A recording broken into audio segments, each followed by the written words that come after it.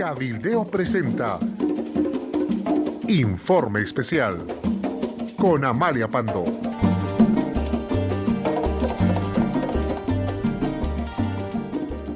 Muy buenos días, un saludo cordial.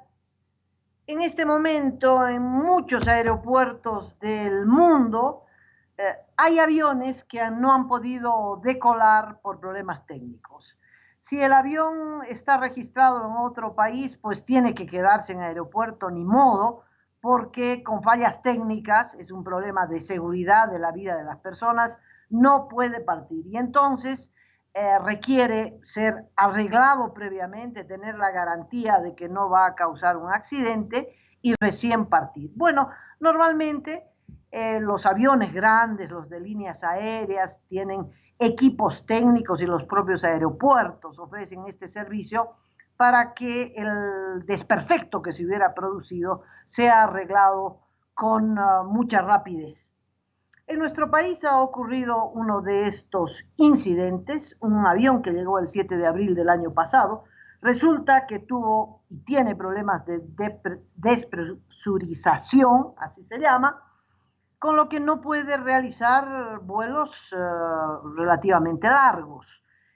No se puede, el avión no puede partir porque tiene que ser arreglado previamente. Es un jet, un Gulfstream Grill, es un jet de lujo propio para charters con capacidad de 19 pasajeros, que nuevo seguramente ha costado entre 10 y 16 millones de dólares, pero que ahora pues no llega a los 2 millones de dólares. Bueno, la llegada de este avión se supo en este mes de julio y en torno a él se tejió una enorme especulación, una sospecha, tanto así que se lo denominó el jet fantasma.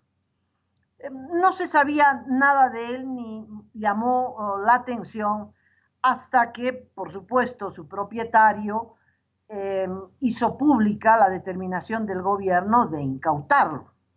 Y lo hizo público a través de las denuncias reiteradas que hizo el diputado Tomás Monasterios desde Santa Cruz. Bueno, a ver, ¿qué pasó? Pasó que en el 6 de julio el gobierno determinó incautar este jet. Tratándose de un avión, la directora de la aduana lo transfirió al Ministerio de la Presidencia y el ministro de la Presidencia dijo que no tenía plata para el mantenimiento, en realidad reparación, que debe ser bastante cara, y entonces se lo volvió a devolver a la Dirección General de Aeronáutica Civil, porque la aduana no tiene hangares para guardar aviones. Ese hecho desató las sucesivas denuncias. ¿Qué demuestra este hecho y hacia dónde apuntan las denuncias? Hacia el hecho absolutamente fácil de comprobar de que en Bolivia no existe seguridad jurídica.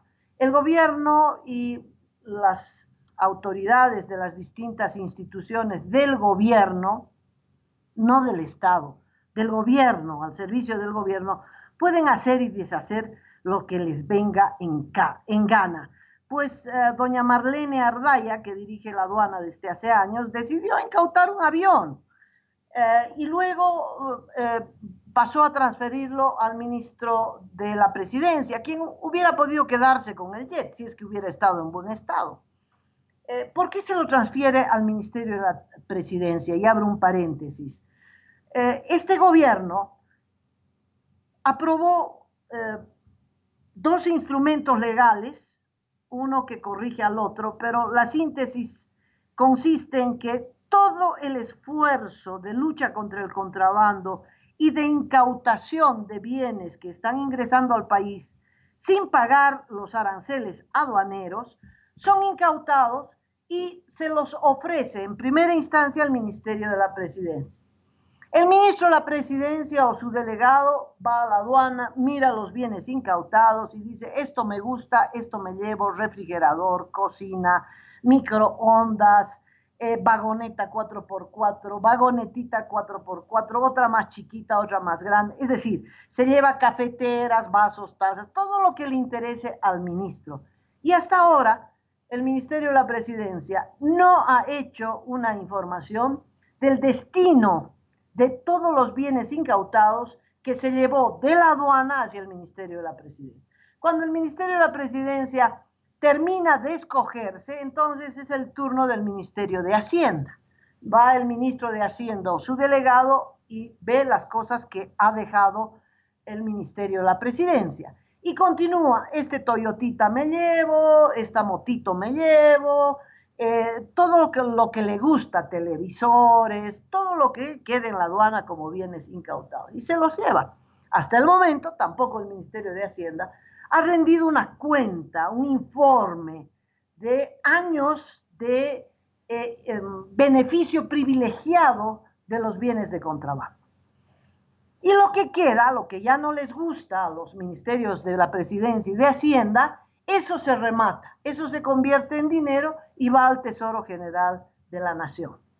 De tal modo que son medidas absolutamente arbitrarias y de beneficio particular de estos bienes incautados que tendrían que servir a la nación entera, tendrían que servir para monetizar y resolver los problemas de salud, resolver los problemas de educación, resolver, aunque sea un tema de camino vecinal, lo que fuera. No sirve específicamente para estos ministerios. ¿Y qué hacen estos ministerios con estos bienes? No sabemos. Posiblemente, perdón, sirvan para beneficio personal, una hipótesis, y otra para utilizar estos bienes en campañas electorales. Por ejemplo, recordarán que en la campaña en el Beni, cuando Jessica Jordan candidateaba para gobernadora, pues en el estadio al que convocaron para su proclamación se rifaron motonetas, se rifaron televisores. Bueno, todo eso eran bienes que se habían incautado al contrabando. Cierro el paréntesis. Bueno, ¿qué pasa con el jet? Como le digo, hasta hasta julio de este año no pasaba nada. En realidad, los problemas empezaron a surgir en marzo de este año, cuando el dueño de este avión, el señor Ramón Manrique, consiguió traer unos técnicos a Bolivia para reparar su avión. Y los técnicos fueron al aeropuerto del Trompillo en Santa Cruz y resulta que el avión estaba precintado. O sea, la aduana ya lo había precintado. Con ese motivo empieza una serie de correspondencias. El dueño, reitero el nombre, Ramón Manrique, nombra dos apoderados. Inicialmente el señor José Luis Burbans, que se encarga de entablar una correspondencia con las autoridades de la Dirección General de Aeronáutica Civil y con la aduana, y luego el señor Alberto Soto, que hasta el momento sigue siendo el apoderado. El primero mencionado, José Luis Burbans, no se encuentra en el país, no es boliviano, y al irse él, entonces queda el señor Alberto Soto. Y podría haber un tercer apoderado que fue el que pagó las facturas. Una de ellas está a su nombre, que se llama Javier Torres. Bueno, en marzo empieza la correspondencia diciendo, bueno, señores de la Dirección de Aeronáutica Civil, debo algo por la estancia del avión en el hangar del Trompillo, el hangar de Virubiru, ¿cuánto debo? ¿Cuánto es mi deuda? Le dirigen una carta a la aduana y le preguntan, señores, ¿tengo alguna deuda? Le responden que no. ¿Qué es lo que había pasado? En diciembre del año pasado, cuando todavía la aduana no ni se había percatado de la existencia del avión. Seguramente hubo una negociación a través de los apoderados y entre el 4 y el 5 de diciembre del año pasado, esta empresa, dueña de este jet, paga 3 facturas, una de 13.000, otra de 20.000, otra de 35.000. En total pagan 68.000 bolivianos, equivalente a $9.700 y un poquito. $9.700 que pagan por el uso del hangar. Por noche, esto tiene una tarifa y entonces pagan. Versiones del gobierno, de personeros del gobierno, son contradictorios. Unos dicen que el avión todavía debe 46.000 bolivianos, es decir, $6.600. Otra versión dice que adeuda 63.485 bolivianos, lo que significa algo más de $9.000, o tal vez esa era la factura total. Bueno, hay una tremenda confusión. Pero cuando en el 6 de julio de este año la aduana decide incautar el avión y regalárselo al ministro de la presidencia, la versión oficial era que la aduana justifica su actuación porque el avión había ingresado ilegalmente. Un avión que ingrese ilegalmente al país, está claro, está sujeto a una incautación. Y es ahí, cuando se conoce esta versión, que aparece Tomás Monasterios. Entreveo que los dueños del avión, sin saber cómo defenderse, recurren a este diputado y le entregan toda la documentación. Y la documentación que muestra Monasterios evidencia que el avión ingresó, como no podía ser de otra forma, de manera ilegal, de manera absolutamente legal y con la autorización de la Dirección General de Aeronáutica Civil y de ASANA, porque no puede un avión aterrizar en Viru clandestinamente, ¿no? Eso sería realmente un escándalo mayor. No, para que un avión aterrice en el aeropuerto internacional de Viru, en el aeropuerto internacional del Alto, pues el avión tiene que pedir permiso y Asana le autoriza aterrizar en la pista tantos, etcétera, etcétera, etcétera. Y eso es lo que ocurrió el 7 de abril del año pasado. El avión entró de manera absolutamente legal, procedente de México, y debía quedarse 2 días. Aterrizó el 7 de abril y tenía que irse el 9 de abril del año pasado. Ahí se informa que tiene un desperfecto técnico y a raíz de ese desperfecto técnico es que piden autorización para quedarse 1 día más, 2 días más, 3 días más, en fin. ¿Qué es lo que pasa? Lo que suele pasar, que no llega el técnico, que o el dueño no tiene plata, en fin, y se queda hasta marzo de este año prácticamente sin problemas, ¿no? En diciembre, como les dije, pagaron lo que tenían que pagar por las deudas que tenía por usar el hangar. De Viru lo trasladan a el aeropuerto del Trompillo. Yo me comuniqué con el dueño del avión, Ramón Manrique.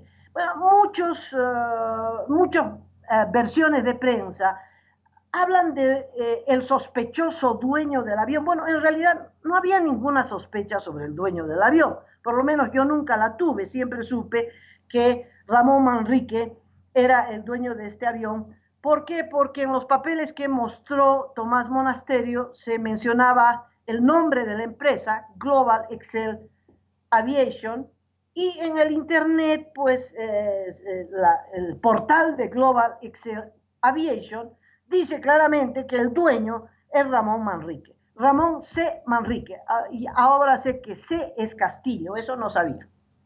Bueno, yo me comuniqué con el señor Ramón Manrique, no me aceptó una entrevista grabada, me pidió por favor postergarla para menos días, estaba preocupado que este tema pueda ser politizado, y manifestó su preocupación de el riesgo que corría en Bolivia de ser detenido.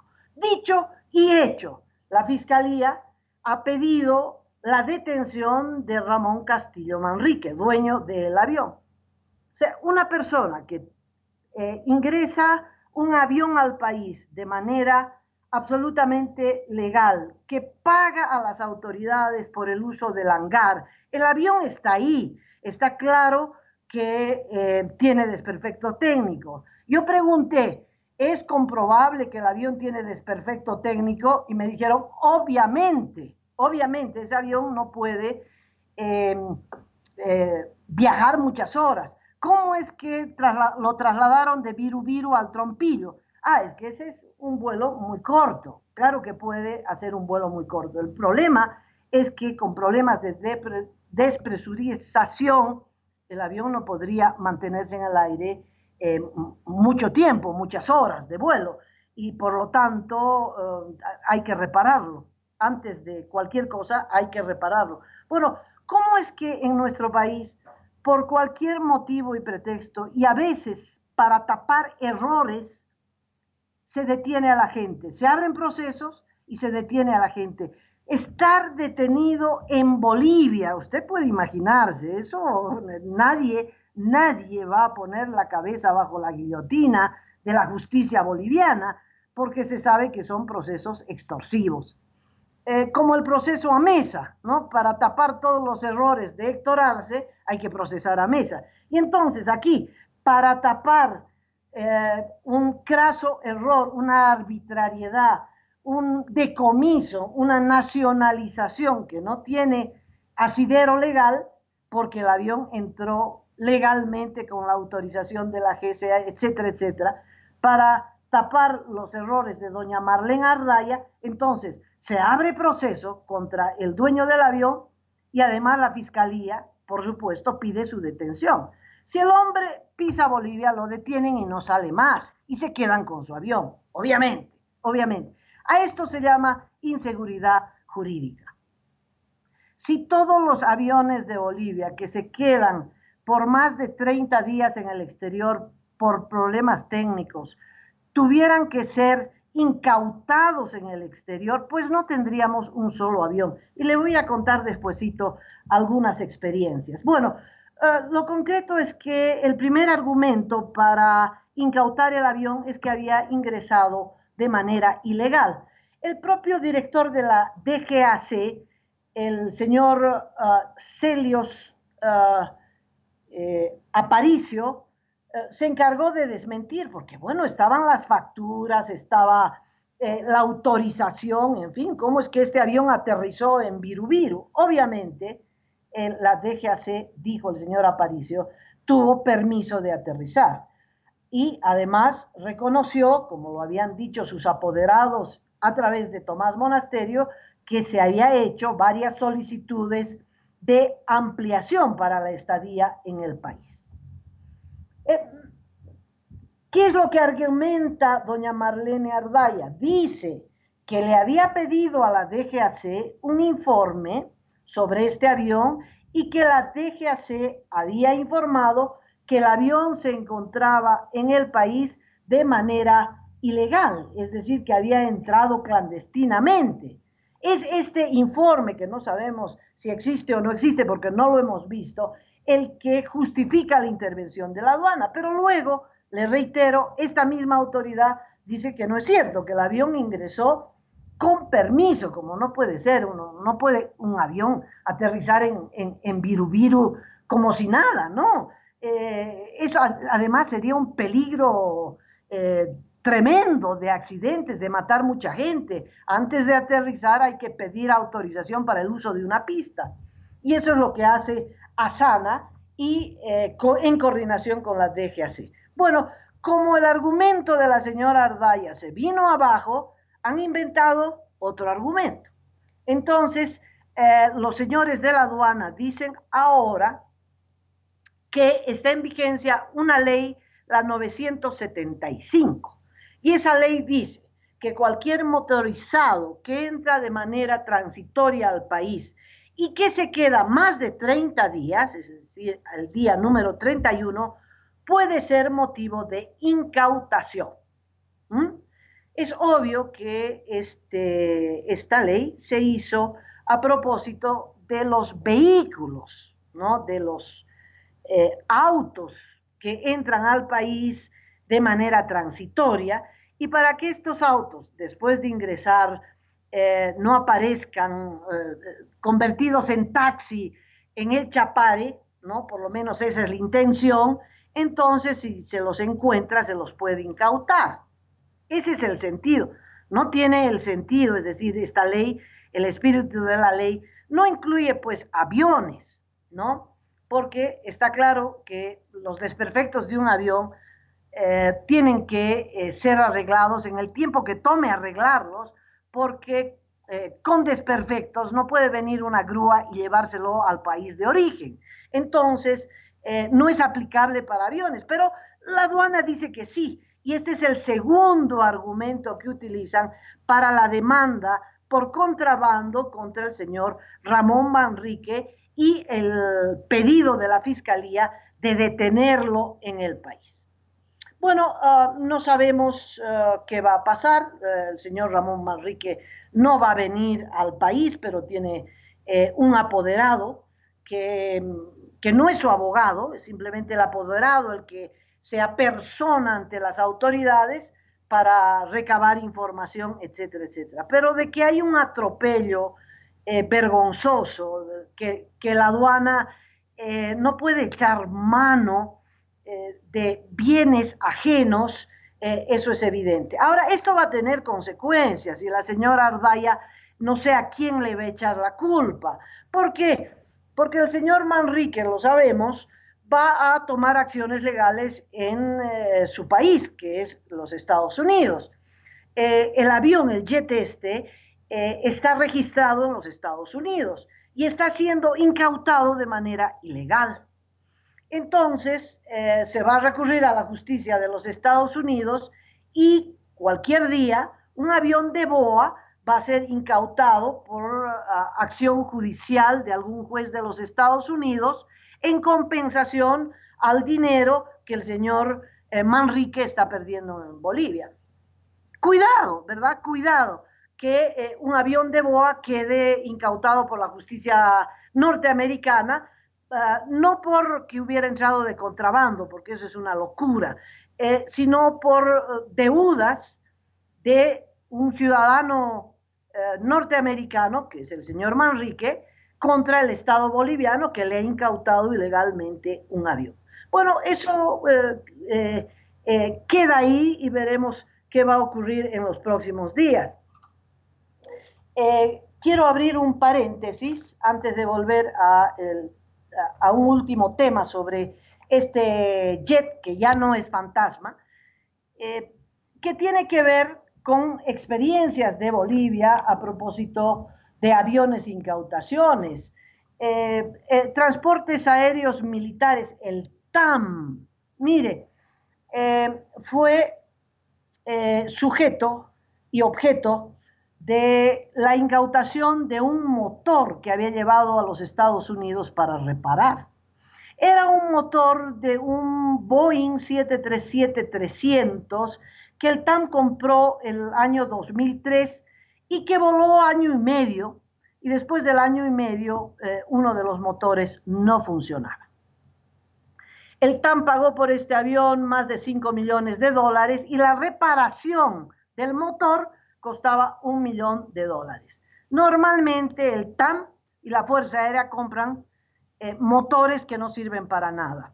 Bueno, llevaron el motor a Miami para hacerlo reparar y resulta que apareció una orden judicial de incautación de este motor y lo incautaron. Esto ocurrió el 16 de febrero del 2015 y el motor no regresó al país hasta noviembre del mismo año. O sea, estuvo 10 meses, 10 meses. Si estuviera ocurrido en Bolivia, pues el motorcito ya hubiera sido nacionalizado por doña eh, mm, Marlene Ardaya, ¿verdad? Pero ya no fue nacionalizado. ¿Cuál era el pleito? El pleito era deudas. Resulta que el Transportes Aéreos Militares le había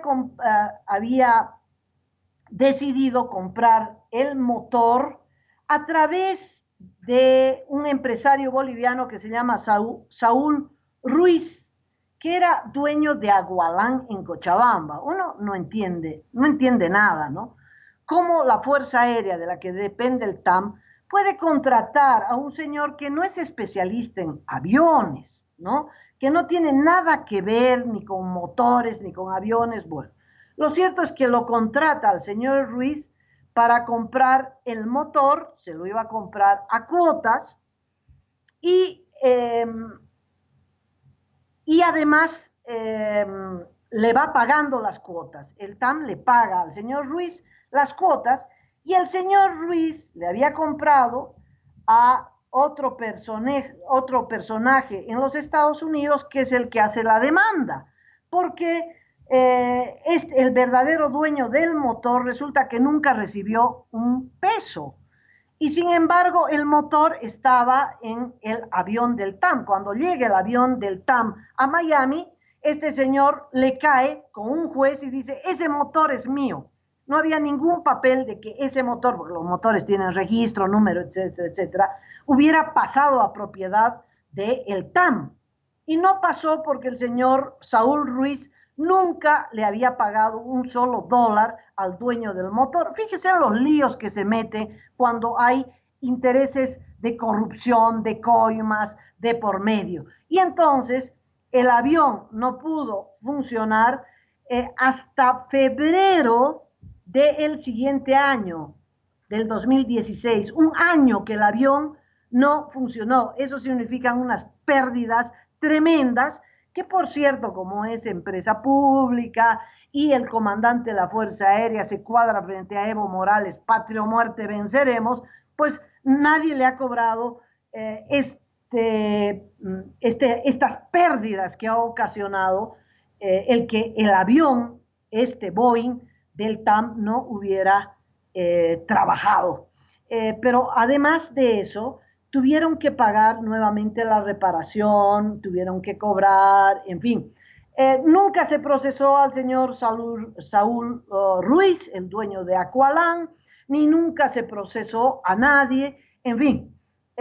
Muy felices, el responsable del TAM dio una conferencia de prensa en abril del 16 diciendo, ya hemos recibido el motor, por fin el Boeing 737-300 va a poder funcionar.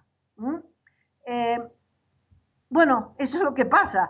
Un motor que debería ser arreglado en, no sé, en una semana, se quedó 10 meses en Miami. Solo como yapita, y para cerrar esta historia, el 2016, a pesar de esta funesta experiencia de los negociados en la Fuerza Aérea Boliviana, resulta que el entonces comandante de esa fuerza, don Juan Gonzalo Durán, bien cuadrado frente a Evo Morales, patria o muerte venceremos, decidió comprar 6 motores para aviones de la Fuerza Aérea Boliviana. Ninguno de los 6 funcionó. Eran chatarras.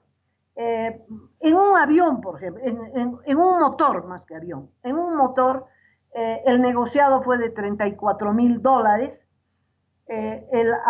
El motor supuestamente costó $330,000 y sin ninguna explicación se pagó $364,000, es decir, $34,000 de comisión, $34,000 de sobreprecio. El segundo motor registró fallas al cuarto mes. Un avión estaba con uno de estos motores, ya estaba en el aire, tuvo que volver al aeropuerto, un aterrizaje de emergencia porque el motor empezó a fallar. Es decir, los 6 motores que compró la Fuerza Aérea fueron un fraude. Compraron chatarra y pagaron cantidades que no reflejan el estado de esos motores. En fin, un negociado impresionante en la Fuerza Aérea Boliviana. Vuelvo al tema del misterio del avión, que ahora ya no es nada misterioso, con la última pregunta. Es decir, se sabe cuándo llegó este avión, se sabe quién es el dueño, quién es la empresa del dueño, se sabe por qué tiene una relación con el Banco de Utah, una de las facturas que le dio la DGAC por el uso del hangar está a nombre del Banco de Utah. ¿Por qué? Porque el banco este banco es un banco de los mormones. En esa ciudad de Utah solo hay mormones y negocios de mormones, muchísimos bancos que dependen de esa iglesia y muchas personas nacionales y extranjeras no pueden conseguir autorización para operar en los Estados Unidos. Y entonces hacen tratos de fideicomiso con este banco y es el banco el que cumple los requisitos y les da la autorización de operación. Por supuesto, cobra por eso. Y ese es el vínculo entre este banco y el señor Ramón Castillo Manrique. Con este nombre está la demanda en Santa Cruz contra este señor y su empresa aérea. Bueno, ya se sabe ese vínculo, se sabe que el piloto Ramiro Castillo es pariente del dueño, se sabe que entró legalmente, se sabe que pagó por el uso del hangar, se sabe que le dieron factura por esto, se sabe que mandó una carta pidiendo un informe si tenía alguna deuda con la aduana y la aduana le respondió diciendo que no tenía ninguna deuda. En fin, todo esto ya se sabe, gran misterio no existe. La única pregunta que falta por responder es ¿a qué vino este avión? La respuesta inicial que da Tomás Monasterio es que vino trayendo gente para una misión religiosa. Yo le pregunté a Tomás Monasterio de dónde saca esa versión y él me dijo, pues es una versión no confirmada, o sea, no se sabe. ¿A quiénes trajo? No se sabe, no hay una planilla de pasajeros que pues don Ramón Manrique podía haberla presentado. Yo traje a estas personas. Estas personas descendieron del avión y pasaron por migración, por ejemplo. Bueno, ese es el misterio. ¿Qué vino a hacer este avión? ¿Qué personas trajo o no trajo? Esa pregunta no está respondida. Y tampoco está respondida a dónde iba el avión, porque si se quedaba 2 días, el avión tiene que declarar a las autoridades bolivianas a dónde se va a dirigir, cuál es el siguiente punto de aterrizaje.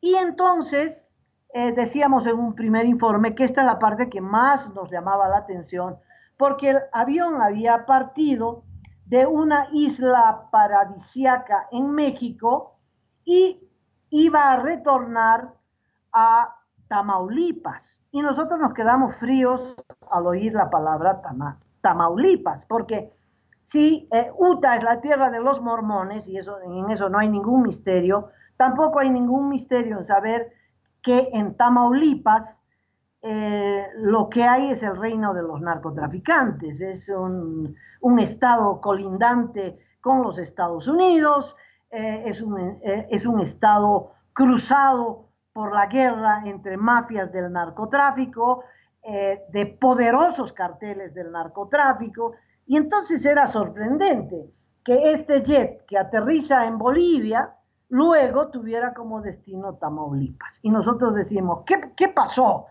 ¿Venía a recoger droga? Nos preguntábamos. Bueno, ahora me sorprende más otra cosa, que el destino de Tamaulipas ha desaparecido de los registros, ¿no? Y yo misma digo, bueno, ¿de dónde saqué que el avión iba a terminar en Tamaulipas?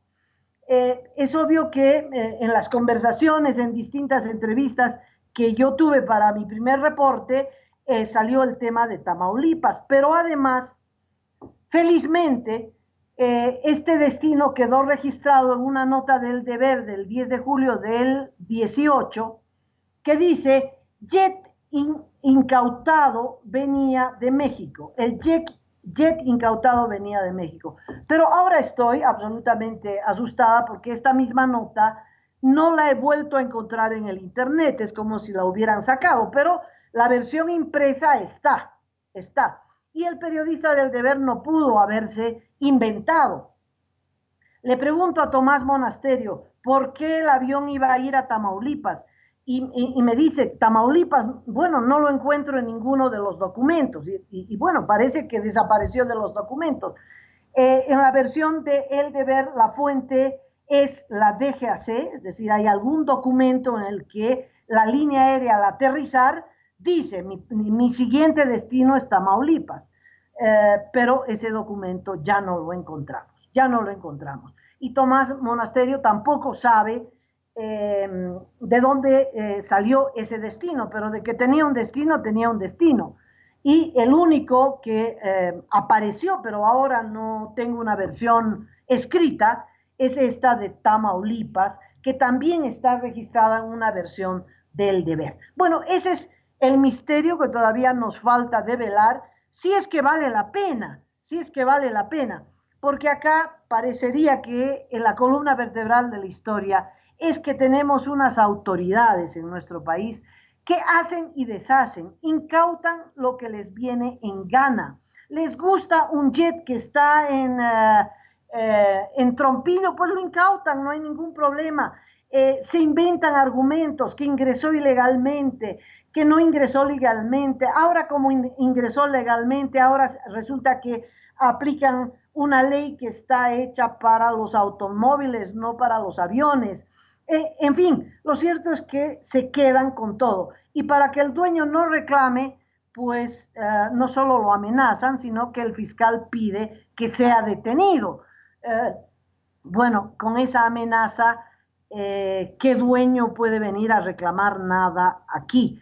Hay un apoderado, pero todavía no hay un apoderado legal. Lo que tengo entendido es que la defensa no se realizará ante tribunales bolivianos, sino ante los tribunales en los Estados Unidos, y eso puede tener muchas consecuencias, no políticas, por favor, pero sí consecuencias con los aviones registrados en Bolivia que llegan a territorio estadounidense. Bueno, me despido de ustedes, ha sido lindo acompañarlos en la mañana y otro reporte de Amalia Pando mañana a las 10. Cabildeo presentó Informe Especial con Amalia Pando.